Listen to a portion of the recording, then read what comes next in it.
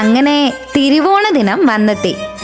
തൻ്റെ പ്രജകളെ കാണുവാനും അവരുടെ സന്തോഷത്തിൽ പങ്കുചേരുവാനുമായി മഹാബലി തമ്പുരാൻ മലയാള നാട്ടിലേക്ക് യാത്ര തിരിക്കാനുള്ള ഒരുക്കങ്ങൾ ആരംഭിച്ചു.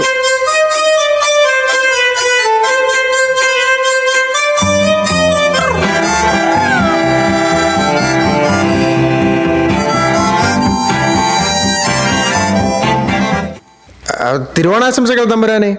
അങ്ങയുടെ യാത്രയ്ക്കായുള്ള ഒരുക്കങ്ങൾ പൂർത്തിയായി. ഓ വാസവ, പട്ടിക പ്രകാരം എല്ലാം ഉണ്ടോ എന്ന് നോക്കി ഉറപ്പുവരുത്തൂ.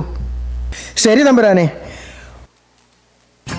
ഓലക്കുട ഉണ്ട്, എക്സ്ട്രാ മെതിയടി ഉണ്ട്, സമ്മാനങ്ങൾ ഉണ്ട്, മാസ്ക് ഉണ്ട്, സാനിറ്റൈസർ ഉണ്ട്, മെഡിക്കൽ കിറ്റ് ഉണ്ട്. അയ്യോ മറന്നു, അതില്ല. അതില്ലേ? എവിടെ പോയി തപ്പും?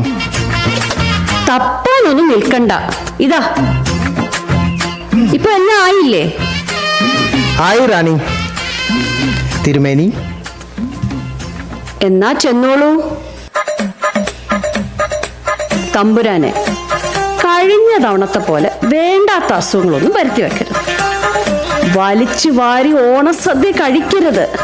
പിന്നെ ചിപ്സും പായസവും ഒക്കെ നോക്കിയും കണ്ടും ഒക്കെ കഴിക്കണം. കൊളസ്ട്രോളും ഷുഗറും ഒക്കെ ഉള്ളതാണ്.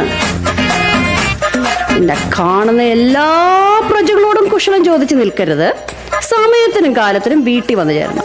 പക്ഷേ നമുക്ക് എല്ലാവരെയും കണ്ട് അനുഗ്രഹിക്കണ്ടേ? അവർ മൈൻഡ് ചെയ്തില്ലെങ്കിൽ നാണക്കേടാണ്. അതിന്റെ മോശം എനിക്കൂടെയാണ്.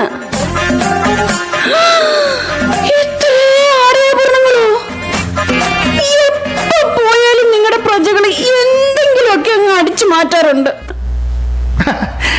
അവരങ്ങനെയൊന്നും ചെയ്യുന്നവരല്ല. ഭവതി എന്താണ് അവരെ കുറിച്ച് ധരിച്ചു വെച്ചിരിക്കുന്നത്?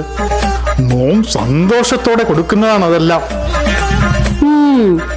ശരി ശരി, ഇതാ ഇത് കൈവച്ചോളൂ, ആവശ്യം വരും.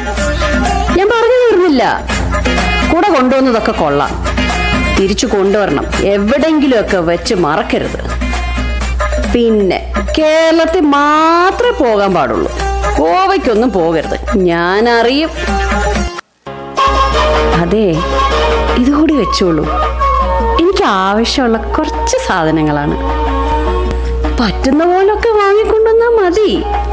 അല്ല, എല്ലാം വാങ്ങിക്കൊണ്ട് വരണേ. എല്ലാം ഭവതി പറയുന്നത് പോലെ. അതാണ്. ഭദ്രമായി പോയി വരൂ. തമ്പുരാനെ, പറയാൻ മറന്നു. ഹാപ്പി ഓണം. ഹാപ്പി ഓണം ദേവി.